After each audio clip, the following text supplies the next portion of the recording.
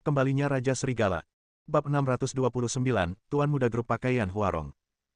Su Luoluo, kamu lebih tahu kebenarannya daripada aku.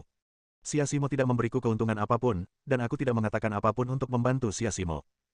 Pernyataan saya hanya berdasarkan spekulasi saya. Jika saya diminta untuk membuat pilihan, saya akan berdiri teguh di pihak Siasimo. Saya percaya bahwa Fan Yi dirancang olehnya, dan hanya dia yang dapat merancang karya seperti itu.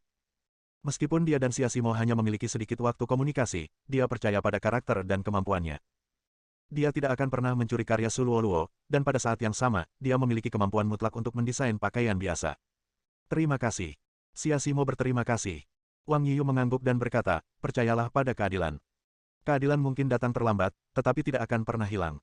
Ya, Siasimo mengangguk, sangat bersyukur bahwa saat ini, masih ada orang yang berdiri dan mendukungnya dengan teguh. Dia tidak akan meninggalkan aliansi dan tidak akan tunduk pada siapapun. Su Luoluo tersenyum dingin, Siasimo, apakah kamu benar-benar akan menangis sampai melihat peti mati?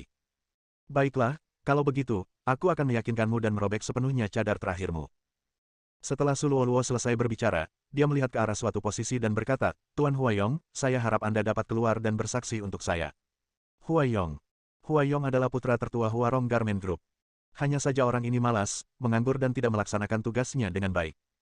Namun, adiknya Hua Feng memiliki kepribadian yang sangat bertolak belakang dengannya. Hua Feng adalah sosok yang cakap dan kuat.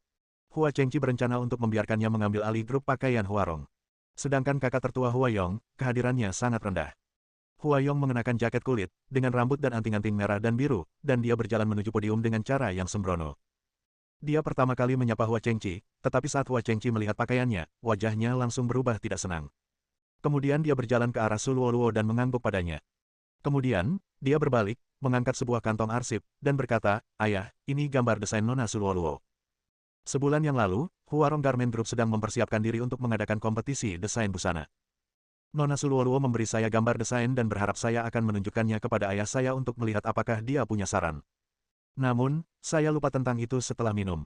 Ledakan. Semua orang tercengang lagi. Huayong tiba-tiba datang membawa gambar desain untuk bersaksi bagi Su Luoluo, dan gambar desain itu diberikan kepadanya sebulan yang lalu. Ini berarti Su Luoluo telah menyiapkan gambar desain sebulan yang lalu, dan Siasimo tidak datang ke ibu kota provinsi sebulan yang lalu. Dari sini, kita dapat menyimpulkan bahwa karya ini dirancang oleh Su Luoluo, dan Siasimo lah yang mencuri karya Su Luoluo. Dengan cara ini, baik saksi maupun bukti ada di sana, dan semuanya membuktikan bahwa karya ini benar-benar milik Su Luoluo. Awalnya saya tidak mau ikut campur dalam masalah ini, tapi karena ada yang berani mencuri karya orang lain dalam lomba desain yang diadakan di rumah saya dan menjadi juara pertama, saya tidak tahan lagi, jadi saya harus berdiri dan bersaksi. Tunjukkan niat wanita ini dan buat dia menerima hukuman yang pantas. Kata Huayong. Omong kosong. Karya ini jelas-jelas dirancang olehku. Aku yang mendesainnya.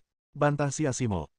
Huayong melirik Siasimo dengan acuh tak acuh, dan berkata dingin dalam hatinya, tentu saja aku tahu itu rencanamu, tapi kau telah membunuh Chusun, dan Chusun adalah teman baikku, bagaimana mungkin aku membiarkannya mati sia-sia? Keluarga Hua melindungimu, dan aku akan menghilangkan perlindungan ini. Bisakah Anda menunjukkan buktinya? Huayong berkata, lagi pula, Nona Su Luoluo memberi saya gambar desainnya sebulan yang lalu. Izinkan saya bertanya, apakah Anda datang ke ibu kota provinsi sebulan yang lalu? Dengan semua bukti itu, apalagi yang ingin kau andalkan? Aku, wajah Siasimo penuh dengan kesedihan, dan dia tidak memiliki kata-kata untuk mengungkapkan rasa sakitnya. Rencana Su Luoluo terlalu sempurna. Dia sudah menyiapkan satu set jebakan, dan dia berada di dalam jebakan itu, membuatnya sulit untuk melawan. Ayah, kurasa tidak perlu lagi membuang waktu untuk berbicara dengannya. Biarkan dia menerima hukuman yang pantas. Kata Huayong. Hua Chengqi benar-benar kehilangan kesabarannya terhadap Siasimo. Siasimo, aku tidak pernah menyangka kau adalah orang seperti itu. Kupikir kamu orang yang sangat cakap, tapi ternyata kamu mencuri karya orang lain untuk ikut serta dalam kompetisi. Aku memberimu kesempatan untuk mengakui kesalahanmu, tetapi kau tidak tahu bagaimana menghargainya. Kau benar-benar mengecewakanku. Hua Chengqi mengkritik dengan keras. Saat pertama kali melihat Siasimo Fan Yi, dia sangat terkejut. Dia belum pernah melihat karya yang begitu sempurna. Dia bahkan mempunyai sebuah ide dalam benaknya, yaitu merekomendasikan Siasimo ke utara untuk menerima pelatihan menyeluruh dari Tiongkok, menjadikannya pemain unggulan nasional, dan membiarkannya berkontribusi bagi negara. Namun, dia sangat mengecewakan Hua Chengqi hingga dia malah mencuri karya orang lain.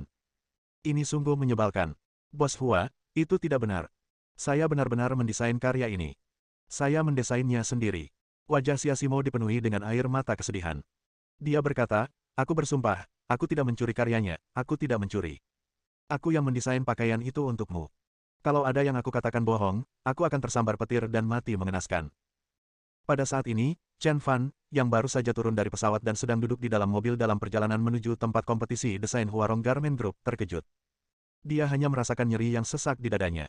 Dia seperti ingin mengeluarkan napas, tetapi dipaksa kembali. Itu sangat tidak nyaman, dan darah di tubuhnya mendidih, seolah-olah terbakar. Dia mengerutkan kening, firasat buruk muncul di benaknya, mungkinkah sesuatu terjadi pada Simo? Pengemudi, tolong melaju lebih cepat. Hati Chen Fan menjadi semakin bingung, dan dia berbicara dengan gelisah. Lebih cepat, lebih cepat. Bab 630, Ina keluar. Cukup. Hua Chengqi sangat marah dan berkata, kamu sangat mengecewakanku. Bahkan sekarang, kamu masih keras kepala dan tidak mau mengakui kesalahanmu. Aku, Hua Chengqi, paling membenci orang sepertimu. Mulai sekarang, Huarong Garment Group tidak akan lagi berurusan dengan Dian Yang. Pada saat yang sama, saya nyatakan bahwa mulai hari ini, Anda adalah anggota daftar hitam grup pakaian Huarong saya.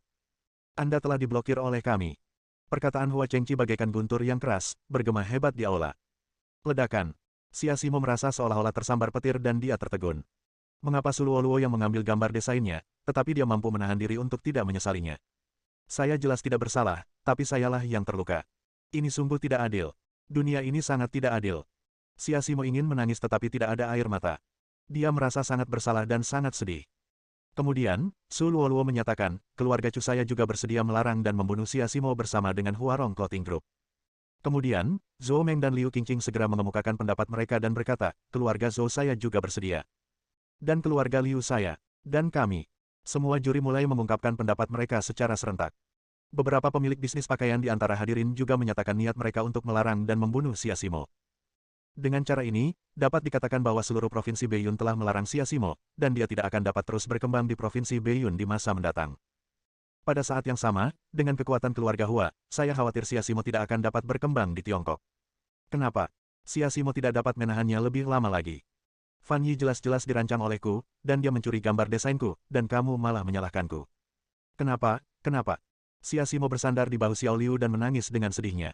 Hei Gu dan Xiao Wu juga mengepalkan tangan mereka, tampak sangat kesakitan.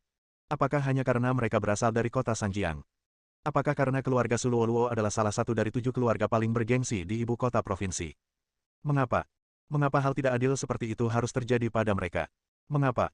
Masih berpura-pura. Suluoluo berkata dengan dingin, Xia Simo, kemampuan aktingmu sangat hebat.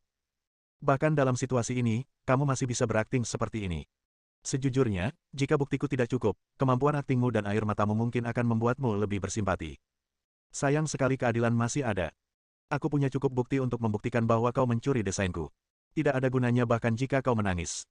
Kata-kata Suluoluo saat ini tidak diragukan lagi membuat mereka yang bersimpati dengan Xia Simo menyerah. Inilah yang diinginkannya, dia ingin mempermalukan Xia Simo.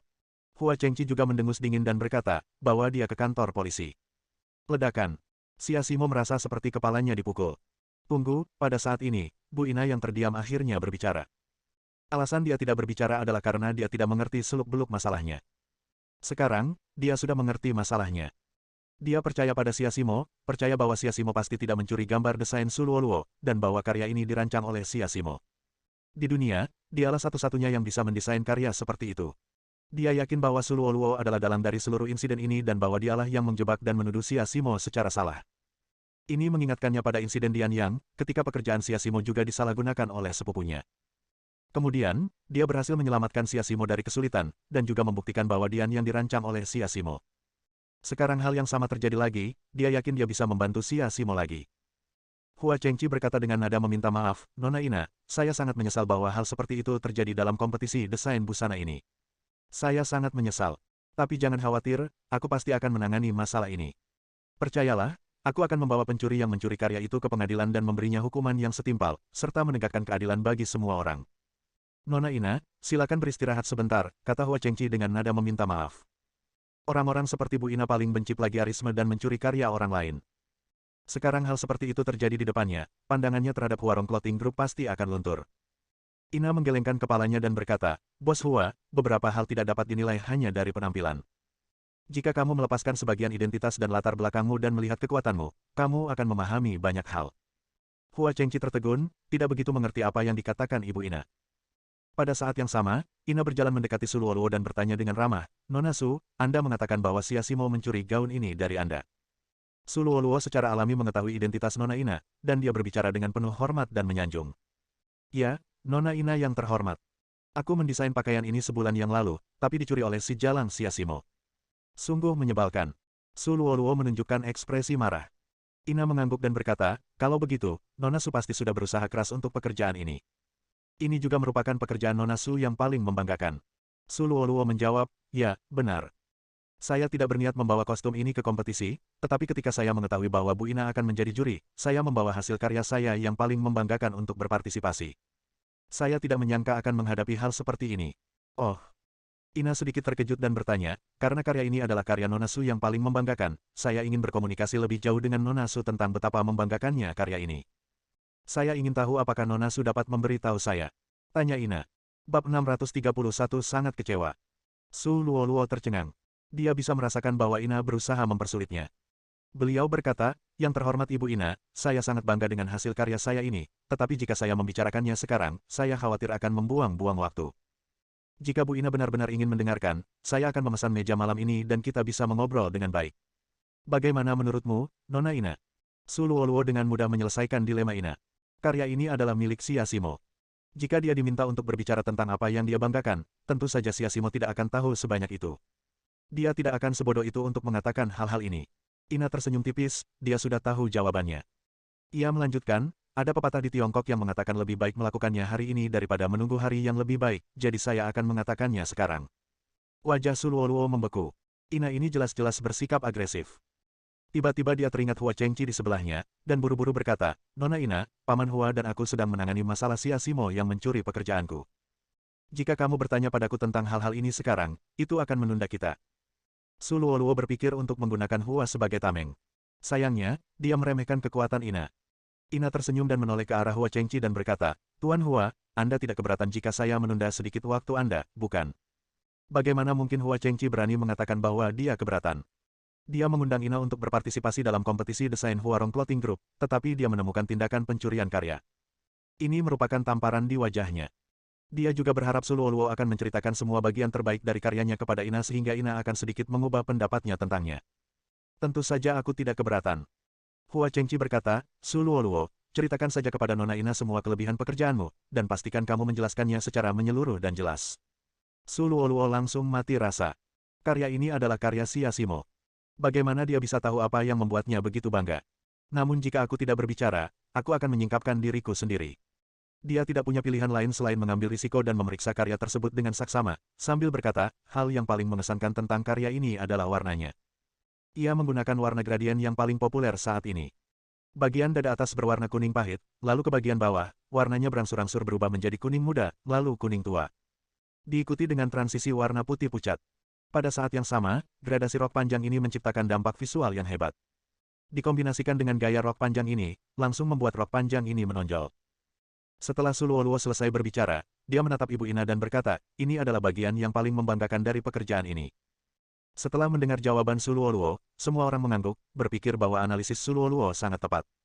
Warna gradasi memang merupakan fitur yang paling dibanggakan dari pakaian ini. Setelah mendengar ini, Ina sangat tidak puas. Dia menggelengkan kepalanya dan berkata, Nona Su, saya harap Anda menganggapnya serius. Apakah ini bagian yang paling membanggakan dari pakaian ini? Su Luoluo tercengang, dan semua orang pun tercengang. Mereka semua menatap Bu Ina dengan bingung. Bukankah warna gradasi merupakan ciri khas gaun ini? Hua Chengqi juga sedikit bingung dengan apa yang dimaksud Ina. Su Luoluo menjawab dengan hati-hati, ya, inilah kelebihan pakaian ini. Ina menarik napas dalam-dalam dan berkata, Nona Su, saya meminta Anda untuk berbicara tentang fitur-fiturnya yang menonjol, bukan untuk menggambarkan penampilan dan warnanya. Anda bahkan tidak tahu betapa bangganya karya ini. Saya sungguh meragukan apakah karya ini dirancang oleh Anda. Ledakan. Semua orang tercengang ketika mendengar kata-kata Ina. Ina, apa artinya ini? Su Luoluo juga tercengang. Bukankah fitur yang paling dibanggakan dari pakaian ini adalah warna gradasinya? Hanya secercah harapan yang melintas di mata Siasimo yang sedih di sampingnya. Dia tahu kesempatannya telah datang. Su Luoluo bertanya dengan bingung, Nona Ina, saya tidak begitu mengerti apa maksud Anda. Apa maksud Anda? Ina mendesah dalam-dalam dan berkata, mungkin ada yang salah dengan caraku mengajukan pertanyaan. Dengan kata lain, emosi apa yang dilambangkan oleh karya ini? Jadi, semua orang yang hadir sangat terkejut. Apakah pakaian memiliki perasaan? Bukankah pakaian tidak lebih dari sekadar pertanyaan apakah pakaian itu terlihat bagus atau tidak, dan apakah pakaian itu modis atau tidak? Bagaimana pakaian bisa memiliki perasaan? Hanya Hua Chengqi yang tercengang. Tiba-tiba dia teringat perkataan Ina, gaun ini bukanlah yang paling sempurna. Jika gaun ini dapat membangkitkan emosi yang tersembunyi di dalamnya, maka gaun ini akan benar-benar sempurna. Lebih lanjut, Ina juga mengatakan, emosi tersebut sengaja disembunyikan oleh sang desainer lewat busananya, dan tidak ditunjukkan pada peragaan busana kali ini. Jadi, jika gaun ini benar-benar dirancang oleh Su Luoluo, maka dia pasti mengetahui emosi yang tersembunyi dalam gaun ini.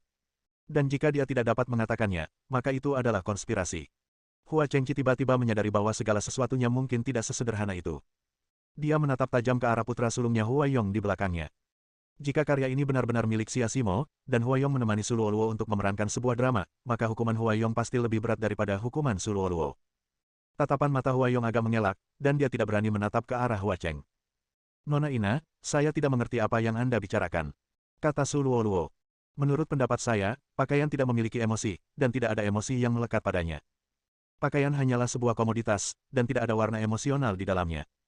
Saya tidak memasukkan emosi apapun ke dalam busana ini saat mendesainnya. Pertimbangan terbesar saya adalah warna gradasinya. Apapun yang kamu mau, pakaian ini tidak memiliki emosi. Omong kosong.